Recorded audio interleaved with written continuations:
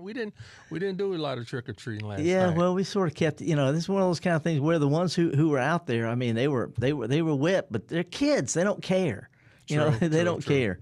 So in between, and I think that chocolate is a good substitute, is a good treatment for the cold that they're going to have this morning. Anyway, how you doing?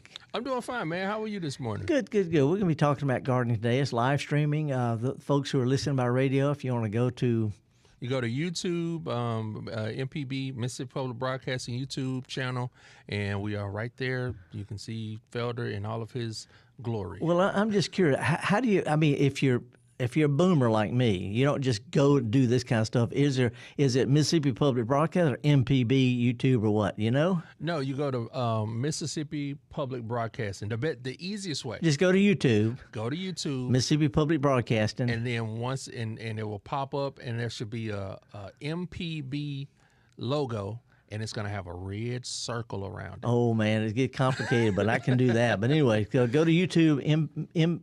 Mississippi Public Broadcasting. Gotcha, and take it from there. Take it from there. That's okay, man.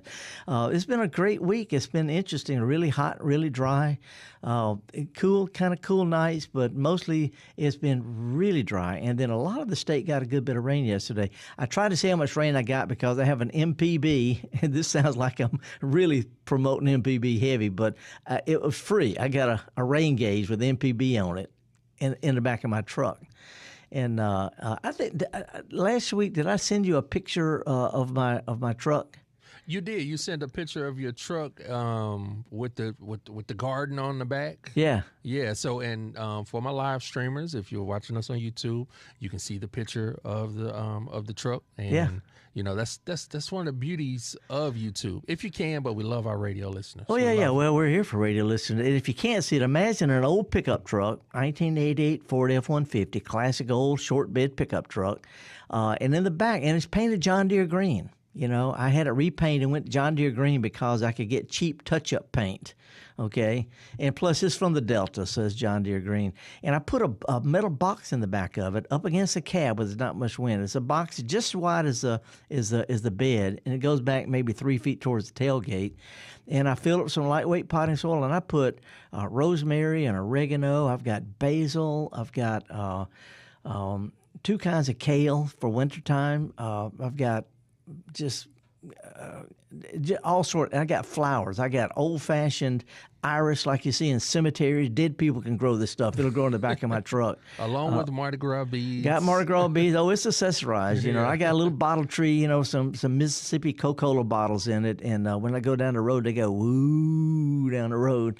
But the main thing is I just want to, and I've got a little dwarf nandina. I've got a clump of striped monkey grass. I've got some agaves, plants that will take hot summer without any rain, cold winter without a garage.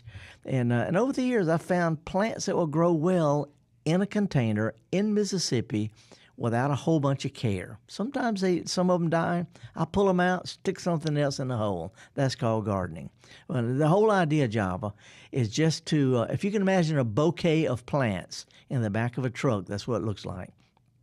And the idea is to give people confidence that you don't have to know a lot. You just have to find your spot, decide where the conditions there, and find plants that'll grow there without having to be sprayed and pruned and watered and all that stuff. So that's my mission. But today, this is a live program for people to call in and talk about what's going on or not in your own garden. And we got the lines wide open. We got a caller about to talk to him. But if you want to give us a call, it's toll free 1-877-MPB-RING. And this is all about you. It's a chance for you to talk about what's going on in your own garden with somebody who is a so-so garden. I'm an expert, and I've written all these books in university and blah, blah, blah, but I'm just a hands-on gardener with dirt under my fingernails, and sometimes things don't work. And the best thing about it, I'm not trying to sell you anything. I'm not trying to sell you anything. That's right. It's like I'm talking to my mama or my son or my granddaughter or myself. I talk to myself. Why did you do that? That kind of stuff. So anyway, let's start out this morning in Jackson and talk with a fellow that we know well named Jim. Good morning, Jim. How are you today? Good morning, Felder. Jim Rosenblatt here. Yeah, what's up? I know that Crystal Springs is famous for its truck farms. I guess you're Jackson's truck farm. Yeah, I got a truck garden. As a matter of fact, Excuse me, but I have some of these old labels. You know, Crystal Springs was like the tomato capital of the world, and they had their special brands. And I've got some of the labels off the old original 1930s wooden crates that they sold the tomatoes out of. Crystal Springs tomatoes. So anyway, what you got going on this morning? They used to ship those tomatoes out by railroad from Crystal Springs. And, you know, they've got some of those old crates at the Mississippi Ag Museum, too. Oh, yeah. Nice display. Oh, yeah. We got 1.2 inches of rain up in Ridgeland last night, Felder. It's very welcome. Okay, if you got that, that's what I can. I was telling Job I got a rain gauge in the back of my truck, but the only reason it rained, Jim, yesterday was because I thought it would, but I wasn't sure. So I went out and I watered my truck garden just to make it rain. But I accidentally filled up my rain gauge, so it said I had like 6 inches of rain this morning. So you're saying about 1.5 inches, right? Right. I'll take it. The reason I'm calling, though, Felder, we hosted my sister-in-law from Fort Myers when she came up here during Hurricane Milton. Yeah. And we have your bottle tree book out on our coffee table. And she started reading that, was fascinated with your bottle book, and wanted me to ask you, do you have another book in the offing right now? Well, I've done a bunch of books and all over the years, but, you know, and I don't write books, Dean, to make money. I write them because it's in me, it's got to come out. And that bottle tree book was something that I just wanted to put together a collection of all the pictures I've taken on literally 5 continents of different ways they use glass in gardens. But I might be working on one right now called Pass Along Porch Plants. You know, the kind of plants that everybody grows in pots, but they didn't buy it. They got it from Aunt Mamie or after a funeral or something like that. But I might do one. I did one with Steve Bender from Southern Living called Pass Along Plants, and it did quite well. But no, I want to do one on Pass Along Porch Plants. Pass along potted plants, pass along porch plants, you know, begonias and mother-in-law tongue and that kind of stuff. Well, we know what to get her for Christmas. We're going to get her a copy of that bottle tree book, and we know she'll love it. All righty. Well, I appreciate it, Gene. Thank you. Oh, and by the way, you're talking about the Crystal Springs thing. Here's a really esoteric thing. Long Beach, Mississippi, down on the coast. Long Beach was just a nothing little bump in the road, and they started growing a type of radish down there. As long as shaped like a little skinny carrot, as red as it could be, and it's not feisty like a regular radish. It doesn't have that hot flavor, and they were perfect for noshing. You know, people go to the bars, they want to have them a pint, they want to nosh on something, and so they started growing this plant, and they started calling it Long Beach Long Red. Matter of fact, let me see. I've even got yesterday I found some seeds. This is pure lanyard, but anyway, they grew so many of them that they opened up a bank there. They opened up a refrigerating facility, and they sent train carloads of iced down radishes from Long Beach, Mississippi, up to Cincinnati and Dayton, all up in the Midwest, to where now Long Beach, on their city flag, it's got 3 carrots. 3 carrots on the Long Beach city flag, and they hadn't grown it a long time. But anyway, I've got some seeds. They can't hear it. Well, pretend like I'm rattling seeds here. Anyway, it's now called Cincinnati Market Radish. It's an old heirloom, about as long as a carrot, sweet as it can be, and from seed to harvest is about 30 days. So anyway, just esoteric stuff. Nobody cares about this stuff, Jim, but there it is. Where can I get some of that seed? Well, I've seen it. A lot of heirloom places sell it. Seeds of Change has it. Seed Savers Exchange. Any of the heirloom places, but it's called Cincinnati Market Radish, and it's a pretty plant. It's easy, it's quick, and it's not hot like you think a radish would be. Felder, I had a strange experience with my garden this summer. When my tomatoes weren't producing much at all, and all the heat, and the blossoms wouldn't set. Right. But all of a sudden, in the last 2 or 3 weeks, I've got blossoms and small tomatoes everywhere on my indeterminate tomato plant. Huh. Well, tomatoes are native to Central South America in cooler climates, and they really sort of shut down in the middle of the summer. When it hits 95 degrees, their flowers don't form right, or they shed sometimes a small fruit. Beans, too. Beans and peppers and tomatoes, all from the same region. When it gets hot, they shut down, but they like like cool weather. So if you could put off having a freeze for another month or so, you might have some Thanksgiving tomatoes. Well, that would be neat. I hope you can put a freeze and delay it for us. Okay. Well, it's good to hear from you, Dean. Thank you. All righty. That was Jim Rosenblatt from Jackson. And, yeah, there's a lot of weird stuff, Java. I mean, knowing about why does Long Beach, Mississippi have carrots on their city flag when nobody grows carrots down there. That was a deep dive, Felder. I'm not going to lie. That was a deep dive. It's called Think Radio, And think about this. A lot of people are calling up right now about their azaleas. They've got this really silvery, stipple-looking stuff. The leaves look faded and scorched and terrible.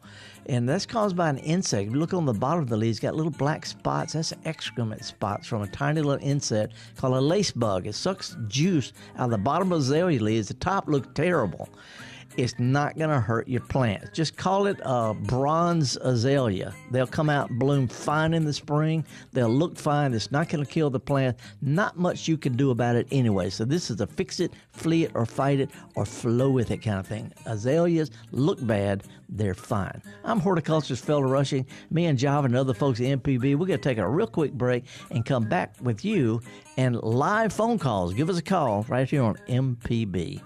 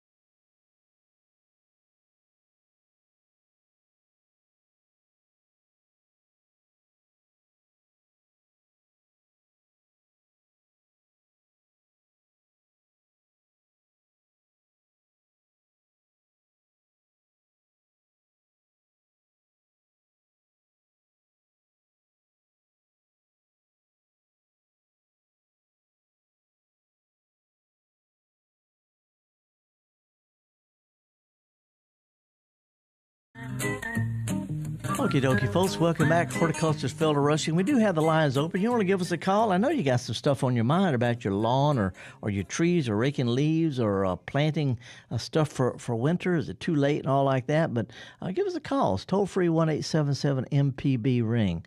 I just realized that since we're doing this live stream thing, that I got to watch what I do. You do, Felder. There are a lot of cameras in the studio, and they have a lot of different angles. Okay. Well, I just pulled up a picture on my laptop. I want to see if they can show that. And anybody wants to tune. I know, folks, most of y'all listen on the radio and have paid, but this is new. I'm excited about this and just trying to see if there's anything that, what kind of tricks can I do. But what I did was on my camera, on my phone, I pulled up a picture of a plant that's growing in a cemetery. Now, Java, this is a plant called Mexican mint marigold. Now, stick with me on this. Mexican mint marigold is native to Mexico, right? And let me see if I can find the note. You sent me a picture of a Mexican mint marigold. Yeah. But in Mexican mint marigold it grows in cemeteries. That's how hard dead people can grow this. And it's actually perennial marigold. It makes it's tall and leggy, kind of like a small, maybe knee high or something, covered with bright yellow flowers in October and November. And being native in Mexico, it likes hot, dry. This is a plant that I see all the time in Hispanic or Latino cemeteries. In Texas, I've seen them in Mexico. It's a native plant. But the reason they plant it in the cemetery is not just because it's a tough plant, but because today is celebrated as Dia de los Muertos. Day of the Dead. Day of the Dead. And it's sort of like our Memorial Day, and it's not a creepy thing. It's sort of a chance when family and friends get together at cemeteries and also at home to pay respect, to their ancestors. A lot of times they go to the cemeteries, they fix them up, they get them cleaned up, they got lots of flowers, lots of mementos, toys and crosses, all sorts of stuff on the grave. They're really their holiday spirit doesn't touch it. I mean, they're very accessorized. But they grow this plant because it represents the sun, and also because it's a great looking plant in November, and it's one of the hardiest perennial herbs we can grow in our own gardens. And we got rosemary and oregano and chives and all that kind of stuff. This plant grows easily with little or no care at all. And not only is it pretty and it blooms in the fall, but it's also edible. It's called Mexican tarragon because of the tarragon substance. The leaves smell sort of like anise, like licorice, but it's a terrific tarragon substitute, and the leaves make a good tea. Wow. So anyway, it's just one of those kind of plants. Not many people know about it because they don't sell it at garden centers because it doesn't look like much in a pot in the spring. But in the fall, it is just drop dead gorgeous. And folks, if you want to see some, there's two places in Jackson that I know of. One is the herb garden at the Ag Museum in Jackson. The little herb gardens is taken care of by master gardeners. And we've got 3 nice clumps of it in full bloom right now. Nice little herb garden. It's full of all sorts of heirloom plants and stuff. But also, if you're near downtown Jackson, the state capitol, 1 block north of the state capitol, just past the Supreme Court building, is an old cemetery from the 1820s called Greenwood Cemetery. It's got all these roses, it's got bulbs, it's got just dozens and dozens of kind of plant, but it's got a huge clump of this Mexican marigold growing right there on the grave. But it's a pretty plant. Not many people know about it. Garden centers don't carry it, but they can get it. But Mexican marigold, Mexican tarragon is a perennial marigold, and it's worth planting in the garden. Anyway, so I brought it from my little bouquet I was showing off today. I also have some of the regular marigolds, little yellow and orange ones that to me, their leaves smell like dirty socks, but that's just another story. But I did bring a bouquet today to show off of all these kind of plants. This whole bouquet that I've got, everything in here is growing in a raised bed at the Ag Museum or my garden. Everything in here is edible or a culinary or medicinal herb. Everything in here. Now let me ask this question, Felder, because we just got it on the YouTube channel. Are these plants that you brought in this bouquet direct from your garden? Yep. Okay. Yeah, well, I've tried to tell people I'm a garden expert, not a real gardener, but here's the trick. I find plants that you see in cemeteries, and I grow those in my garden. There you go. And the trick is, instead of one here and one there, I pull all these plants together in one spot, and it looks like I know what I'm doing. Plus, if something dies, nobody can tell. So anyway, now that's a bad thought. Plants dying in the cemetery. Let's don't go there. Okay. Instead, let's go down. Let's go up to Holly Springs and talk with Mitch. Mitch, y'all still got hummingbirds up there? Oh, it's been a minute. It's been a minute, Felder. I haven't probably seen one in 3 weeks. I've had one of the best years for blooms on our Turk's cap up here. Had a lot of activity late September through October, but I probably haven't seen one in 2 weeks or so. But they're on their way. They're passing right. through. Well, That's right, man. What's up this morning? Oh, man, just enjoying this unseasonably cool weather. And, I got to say, as much as I hate the drought and as warm as it's been, this is probably the best fall leaf show I think we've had up here in the 10 years I've been here. So trying to relish in that. The stuff I'm seeing in central Mississippi, I've been to central and south Mississippi. I haven't been up to north Mississippi in the past 2 or 3 weeks. But the sumac is just stunning. It is stunning out there. Yeah. But it's been sumac, the red maple right now, and one of the ones that I think often gets overlooked around here is the sassafras. Yeah. I was up just it's the reason I called you, because I've been going around town.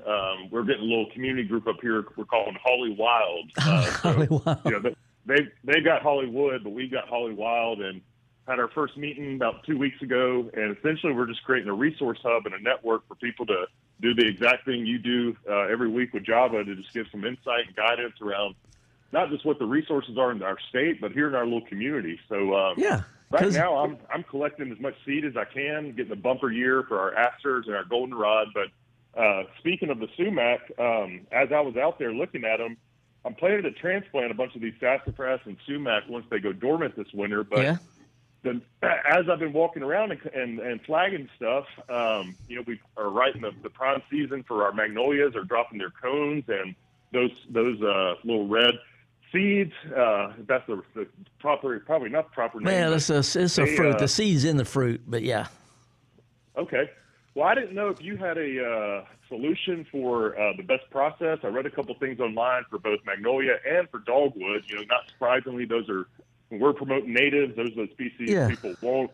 I'm wanting to try to, I'm probably going to get a couple of bags of them and have them ready to go, but I didn't know what kind of your process was if you ever tried to propagate. Oh, it's not so much my process. A lot of people say that I'm opinionated. I'm not opinionated, but, I'm trained. And I also have experience, but I also observe other people. And here's when it comes to magnolias, dogwoods, persimmons, native fruits that have fleshy fruits, native plants with fleshy fruits, they have to have two things that happen. And this regardless of humans, this happens in nature. They have to be clean. The seeds have got to be cleaned, and they've got to be exposed to cool, moist conditions before they'll sprout. This helps them get through the wintertime. The flesh of that little red berry on the magnolia and the dogwood and the flesh in a persimmon, it actually has seed-inhibiting compounds in it. The seeds will not sprout unless they're completely clean from the fruit. That happens with possums and birds and other things that eat the fruits, and they clean the seeds in the digestive system. They drop clean fruit seed on the ground. You got to get that seed out of the fruit. You got to clean it really well to get all the flesh off. That's the first thing. Second thing, they have to be exposed to cool, moist conditions for several months so that they know that it's past wintertime, so they don't sprout in the fall. So if you'll clean the seeds really, really good, running water, soak them, whatever it takes, get the seeds clean, put them in a plastic bag with a barely damp piece of towel or some barely damp sand to keep the humidity high in the plastic bag. Put it in the refrigerator. That gives it not the freezing temperature, but the cool temperature that they need. It's called cold stratification, by the way. But anyway, the cold stratification can be done in the refrigerator. Or you can take them, clean them out, put them in pots, leave them outside, and they'll get exposed to that naturally. But clean the seeds really well, expose them to cool, moist temperatures for 2 or 3 or 4 months, and they'll sprout no problem. Awesome. Let me ask you this: in terms of putting the seeds outside, I know with a couple of highly preferential seeds, whether they be mass seeds or even wildflowers and stuff, oftentimes folks recommend putting over some sort of chicken wire or something to keep squirrels out. And the rats. Like, Yep. Yeah. Do you think that if I wanted to do it outside, since I've got so many, do you think that's something I need to be concerned with, or just let nature do its thing? Yes, just get you some half-inch hardware cloth and set it over the pots. And this is, by the way, my family, when I was growing up, we had a tree nursery. We grew we grew oaks from acorns, all that kind of stuff. And by the way, acorn is a seed. You don't have to clean it, but it also has to be exposed to cool, moist temperatures. We would sow them in flats of potting soil and just put some half-inch hardware cloth off it and just leave them outside where they get rain and cold and all that kind of stuff, just like it happens in nature. But you can also do it in plastic bags and barely damp sand in a refrigerator. That's a lot more efficient. And then the last question was, one of the things I read with some of the fleshy fruits is to try to get rid of those that may not be, necessarily not going to germinate, I guess is the best word. They said that once you soak them, the ones that are not going to be viable will likely float to the top. That's right. That's right. Man, you have been over-researching this, but you're absolutely spot on. I just need to do it, don't I? Yeah, that's right. That's right. All right, man. Stop. Well, thanks so much for your time. Stop talking. Get out and do something. All right, brother. Oh, and by the way, don't forget the persimmons. Our native persimmons have got beautiful golden yellow fall colors. Oh, I love them. I got to find a good crop. I haven't been able to find a good nursery, so that's going to be on my list as I'm heading town today. I'm going over to Home Place Pastures to pick up a pig for a good pig roast down in Jackson. Java, we got us a real country boy on the line here. Hey, I need to be following behind Mitch. Okay, Mitch, let me give you a real quick thing. Native persimmons are separate male and female plants. You can grow okay, they're dioecious. That's okay. right. whatever. He's on top of you, Felder. That's right. That's right. That's right. He's just been messing with. He knows all this stuff. He's just been messing with me. But anyway, and you can't tell them apart till they're 4, 5, 6, 7 years old. So if you want a really good persimmon, in all seriousness, get one of these Japanese type persimmons. They're prettier. They're delicious. They don't have to be, they're not astringent. They're great landscape plants. You get all the benefits. Plus, you can eat them out of your hand, and you're going to get some fruit. Anyway, native is great. All right. But sometimes, there's some, South China and South United States used to be hooked together, and they split apart. And over all these millions of years, they've got persimmons, we got persimmons. They got dogwoods, we got dogwoods. They got magnolias. We have a lot of the same plants. They're very closely related, and there are advantages to each. So don't overlook some of them, even though they're not from here lately. All right. Well, thank you so much, Felder. Y'all have a good one. Hey, shoot me an email sometime. I want to see what y'all going on, see if I can participate somehow. Yeah, man, we got a lot moving. Just trying to pick up the pieces since things kind of shut down at Strawberry Plains. So we got a lot of good stuff happening. I'll reach out to you, Felder. All right. Hey, last time I was at Strawberry, one thing. Last time I was up at Strawberry Plains, y'all were having the Hummingbird Festival, and it's like you could take a badminton, whatever it's called, badminton racket. I mean, they were just it's like a nest of hornets out there. It was great. Oh yeah. Well, we're hoping maybe in a couple years' time, once we can get we're working on Spring Hollow. There's a park here that the town was named after. Yeah. It's the home that Ida B. Wells grew up in, backs up to the park. So we got a lot of different ideas. We're trying to get more engagement around it, and we hope down the road we can have enough suitable habitat where we could do a abandoned and our own Hummingbird Little Festival right here downtown in Holly Springs. Shoot me an email. I want to be part of that. All right, brother. We'll make it happen. Okay, thanks so much. Whew, there was a lot of weird stuff in that call too. Yeah, no, Mitch. We need to tap in with Mitch. Mitch he has was a lot. He already knew this stuff. He was clever. He was trying to make me sound important. He did it. Now, Felder, we got a lot of options and we got a lot of show left, but we do need to take a break. We got Mark in Harrison County, David. Little South of Grenada, yep, Scott in Hattiesburg. Yeah, but let's get to our cheesy tune. We'll let you refresh your coffee, and we'll come back. I got these persimmons. By the way, next week, I'm going to cut some of these persimmons open, and we're going to see what kind of winter we're going to have. You can tell the winter by what the inside of a persimmon seed looks like. Really. A little teaser for next week. I'm horticulturist Felder Rushing, having a good time with Java. Java, this live stream thing, I'm just ignoring I'm just talking. But I do have these, I wish people could see these herbs that I cut, the Mexican mint marigold, but we'll figure some way to do that sometime. Meanwhile, we're going to take a quick break. I'm curious. I sent Java 2 cheesy tunes. They're both cheesy, but they're completely different. We can see which one he goes with. And those of you who can't see it, we'll announce it later. We'll be right back.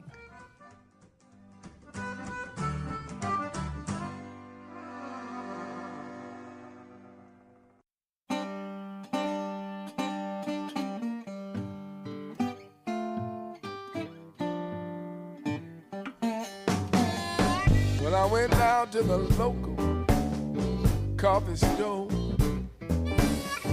the menu went from the ceiling all the way down to the floor. Decaf, cappuccino, or latte, said the cashier. I said, give me a small cup of coffee and let me get out of here. Y'all know it's crazy. Oh, it's driving me insane.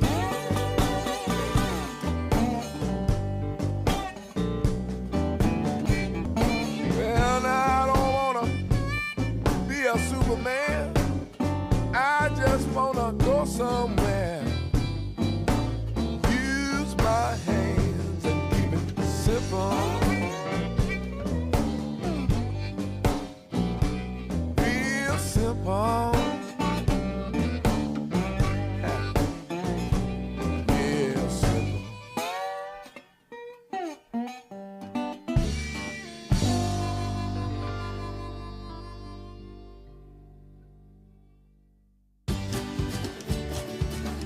Humor, story.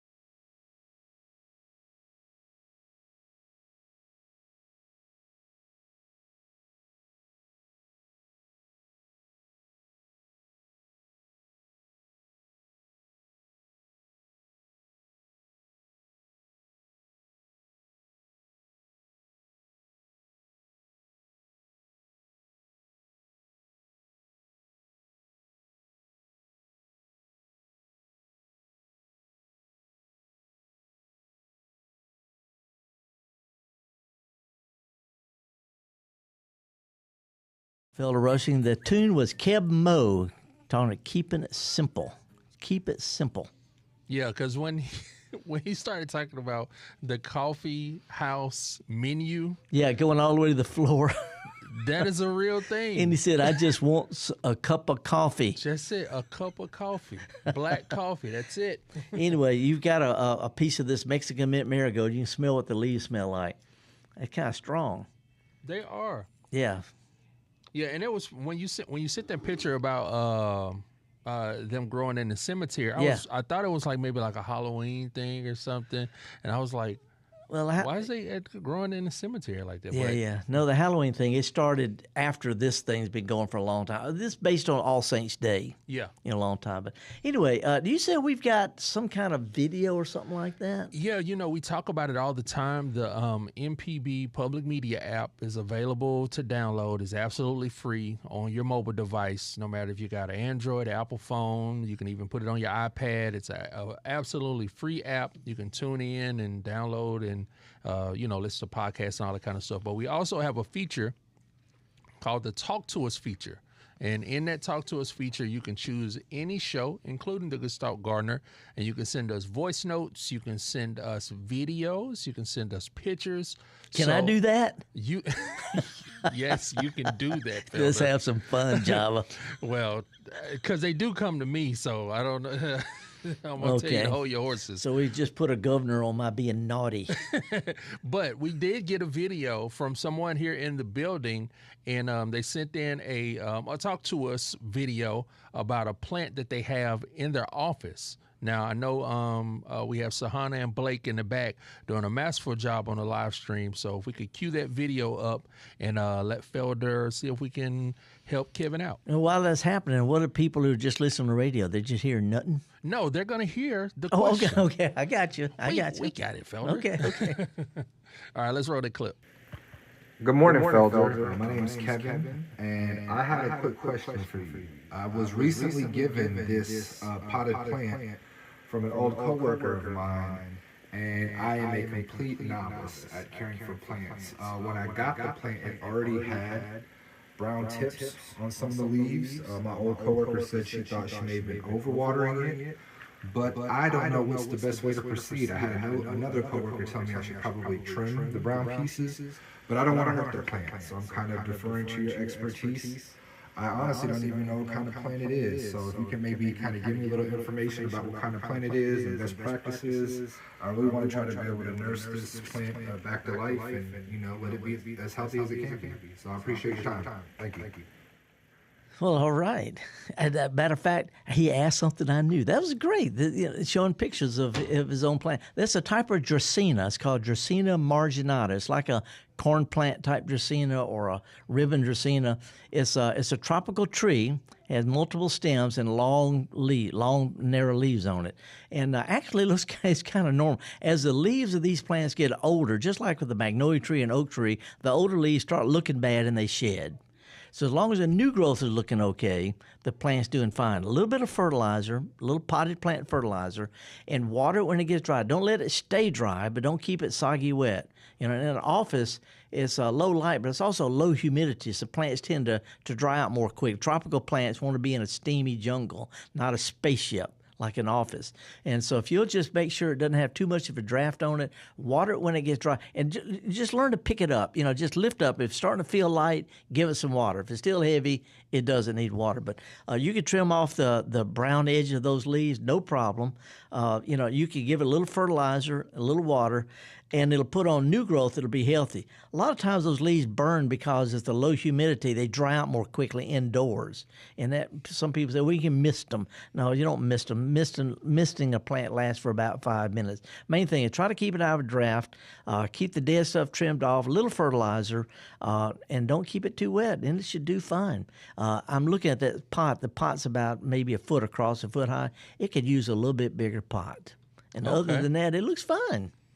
Well, that's cool. So if you're watching YouTube or you're going to go back later, that is a part of the MPB Public Media app Talk to Us feature. Send us a video, and we can play it on the air and see if Felder can help you out. And I hope I did a good enough job of describing to people listening on the radio what it is we're seeing.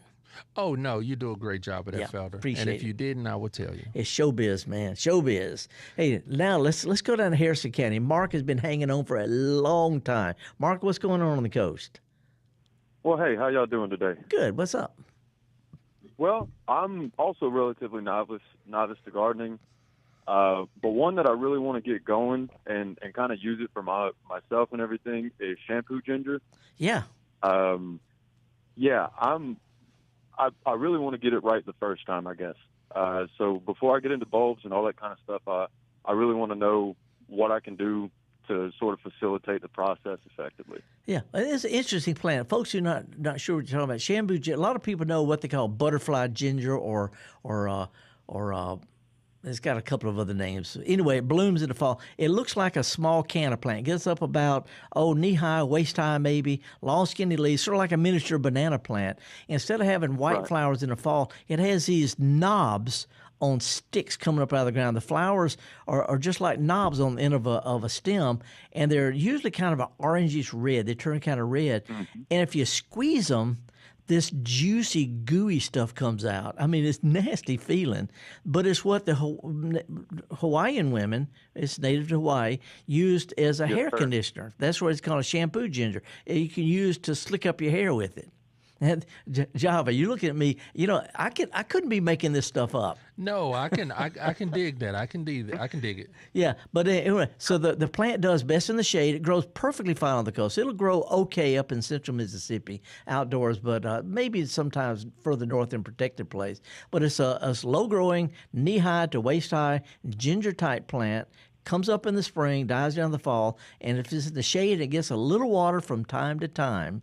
It'll have those stalks down to about knee-high stalks with the red flower cluster. The flowers actually stick out of those little cone-looking things, but it's not a hard.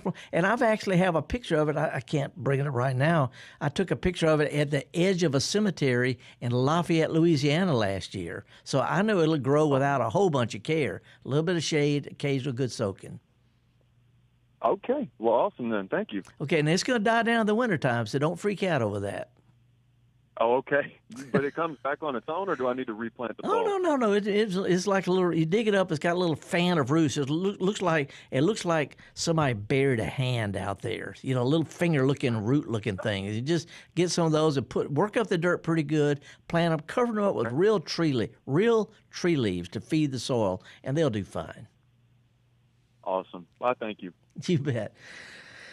Whew, this is all I can do, Java. If you ask me about geometry or history, I don't know, but ask me about shampoo ginger. I got it. Hey, but Felder, that included some geometry. Well, not geometry, but some geography, a little bit of history, a little bit of, social studies. Yes, that's right. Shampoo ginger. I forget, Oahu Poo, I think is what's called Hawaii. Anyway, let's go now to Scott in Hattiesburg. We go to the orange, right?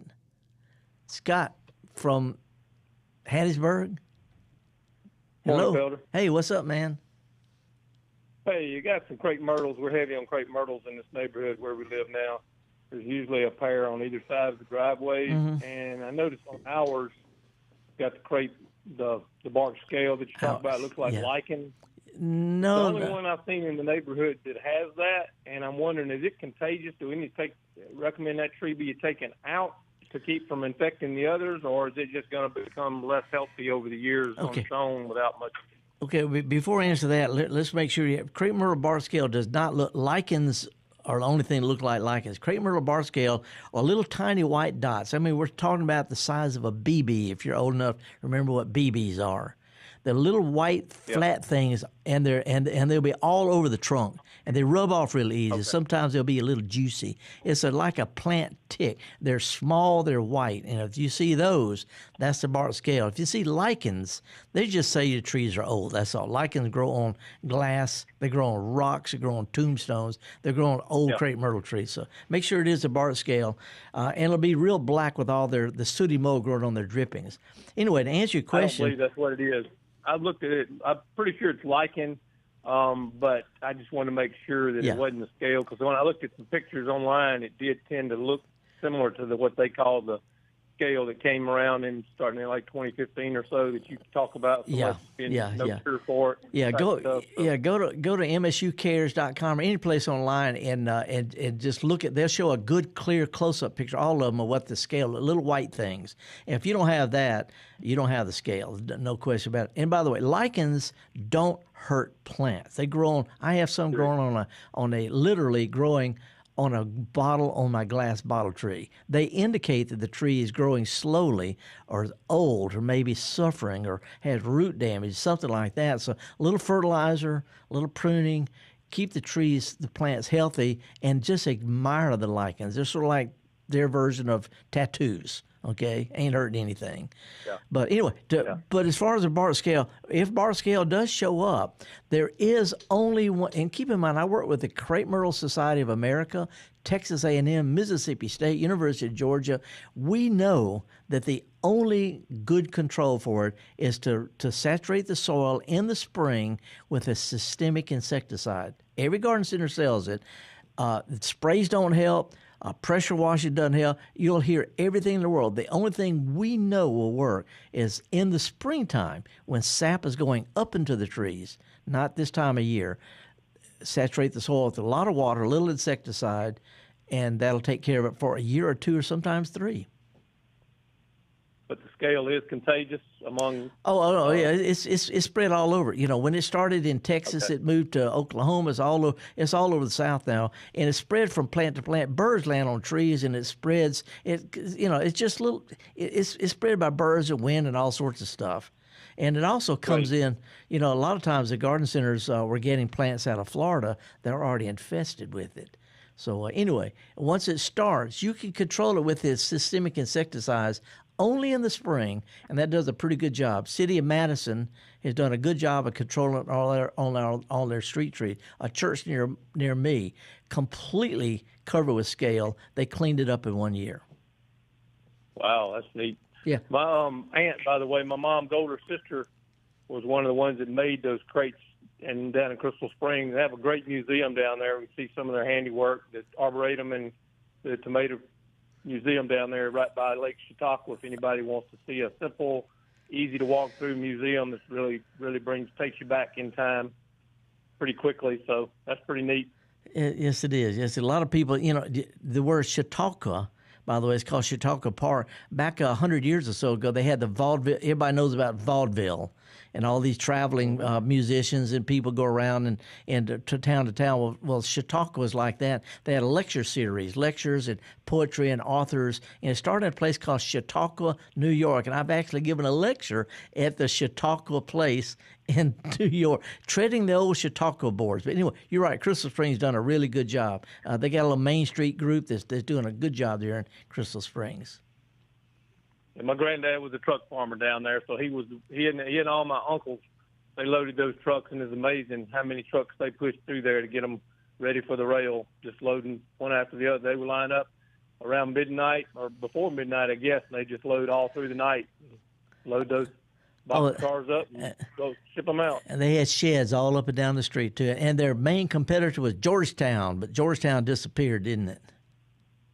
Yeah, there was another town in Texas that was, I think, right neck and neck with them on the volume of tomatoes they pushed out. Yeah. And I can't remember the name of the town there, but they were always 1 and 2 on the volume, and that's Crystal Springs always claim the fame. So yeah. Well, listen, we got to move on, but I want to throw out one other thing, a caveat. The insecticide I mentioned for the crepe myrtle bark scale. Yes. It's a systemic insecticide that goes into the plant, and anything that bites that plant or gets pollen from it or eats things off of it will also be killed. The insecticide has been banned in Europe because of the way it affects pollinators. So some people say, well, we don't want to poison our trees because of poison the bees. They do have a point, but fortunately, or I'm not going to say fortunately, as it works out, there's not a lot of pollinators that visit crepe myrtles anyway. But anyway, there is a concern about it, but there it is. Thank you for that caution, because I do take the pollinators seriously. All righty, man. Protect them however we can. Y'all have a great weekend. All right. Thank you. Chautauqua, New York, treading the old Chautauqua boards. Anyway, let's go now to little South of Grenada, see what David's up to. David, I appreciate you holding for so long. What's going on? Good morning. Good morning, Felder. Howdy. I hope the world's treating you all right. I got some rain. Life is good. I know. I didn't know what that was. It's been so long since I've seen some rain. But my neighbor down the road has got two big old mature sugar maples. One of them is red and one of them is yellow, and they're beautiful every year. And so I asked him if I could get some cuttings off of them, and he said I could. So I did, and I put some. I think I talked to Mr. Google, and anyway, I put some rooting hormone and stuck them in some good soil, and that was 2 months ago. And this morning I took them out, and guess what? Not one root. Yeah. On all 10 of them. So yeah. It's like my question is, can you tell me if it's possible to root a sugar maple, and if it is, how you do it? It is possible. A lot of trees don't root as well as some trees like crepe myrtles. They root well. A lot of shrubs root well. But it's a technical thing. It's called preformed root initials. You take a stem that's got stem cells, and you got to make those cells stop being stem cells and grow into root cells. And the rooting hormones help on that. But some of them don't do it well. Oaks are hard to root. Magnolias are hard to root. Maples are hard to root, but they can. Here's a trick, though. It's like going fishing. You can have the right tackle. You can have the right bait. You can be in the right spot, but the wrong time of day, fish ain't biting. And in general, plants that drop their leaves in the winter, roses, crepe myrtles, maples, things like that, in general, they root best in the winter and the spring. Those that are evergreen root best in the summertime. It's a plant hormonal type thing. So if you wanted to give it a try again, let's try sometime in February. Take cuttings about the size of a pencil, not much bigger, about the dimensions of a new pencil, if you're old enough to remember what a pencil is.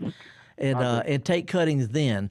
They have the best. What they'll do is they'll make a hard little knot at the bottom of the cutting, and then when they leaf out in the spring, that knot will spring out into roots. It's a sort of it's plant physiology. It ain't magic, but anyway, best time to take cuttings is in the wintertime. Gotcha. Sounds good to me. Thank you very much. All right. Have a good weekend. Thank you. Appreciate it. All right. Java, one of the things I love about this program, as I love being a Southerner, talking to Southerners. He said a big old tree, and he said if somebody said it and I heard it, so, It must be true. It must be true. Mama, it was said and I heard it that, this is Think Radio. It's about gardening. Some days it's about medicine, sometimes about pets and wild animals, sometimes about food. But it's Southerners talking to Southerners with Southern issues. I tell people all the time, they say describe Mississippi Public Broadcasting and what is MPB Think Radio. It is Mississippians making radio for Mississippians. Yeah. If you don't know, just listen for a while. You're going to hear some weird stuff. I mean, who your mama and them. and if you enjoy, Mississippians radio, then come on in. And that's a part of Mississippi. We're all welcoming. Welcoming. And you said people can have questions during the week, no matter what it is. Let's just say the gardening program, for example. I can't remember the email. garden@mpbonline.org. Yes. I remember that. Garden@mpbonline.org. But also that Talk to Us feature. We're really trying to get people with the app. It's on their phone. It's on their mobile device. All you have to do is choose whichever show. You may have a question for Malcolm and Carol on Deep South Dining, a question for Coach Charlie about your car from AutoCorrect, whatever, a question for one of the doctors. Okay. Kevin Farrell, our another producer, he gave me a note, a little Post-it note, and he was correct. I said something wrong a little while ago, and a caller called Kevin and said, go straighten him out. Okay. He said Long Beach has radishes, not carrots on their flag. And I was talking about radishes to begin with, but they're shaped like carrots. And then you switch, you did switch the carrots. Long Beach, Mississippi has got it's got radishes on their flag because of the Long Beach long red radish industry from a century. It was founded on radish. But you're right. I said carrots. But you know what? That's just me. Think Radio. Oh, we did. Real quick, we got a question from YouTube. Best way to transplant sassafras tree, dig up roots, or use ribosomes? Rhizomines? No, sassafras, some plants do make colonies. You can dig up the little pieces of them that grow, but sassafras, you need to get a whole tree. And by the way, if you're going to move a tree, and keep in mind I was raised in a tree nursery, a tree that's knee-high has a better chance of surviving than a tree that's head-high. A little tree, so find the ones you want, mark them, and get the little ones, not the big ones, because it's easier and they have a better time of surviving. I didn't have a chance to talk about a little bouquet. I brought in this thing called cotton leaf mallow. Some people call it Confederate rose. Full bloom all over the state. Magnolias, not doing that much, but right now we got beautiful fall color. Always something to talk about in gardening in Mississippi. Glad to be here on MPB doing it. So anyway, me and Java, all the other folks at Mississippi Public Broadcast, we appreciate you tuning in. Look forward to talking to some of y'all on Mississippi Gardening Facebook. Meanwhile, have a good week. Hope you got plenty of rain and not too much of a chocolate buzz. If you get a chance, go to farmer's market and learn how to do what we do best, and that's get dirty. This forecast is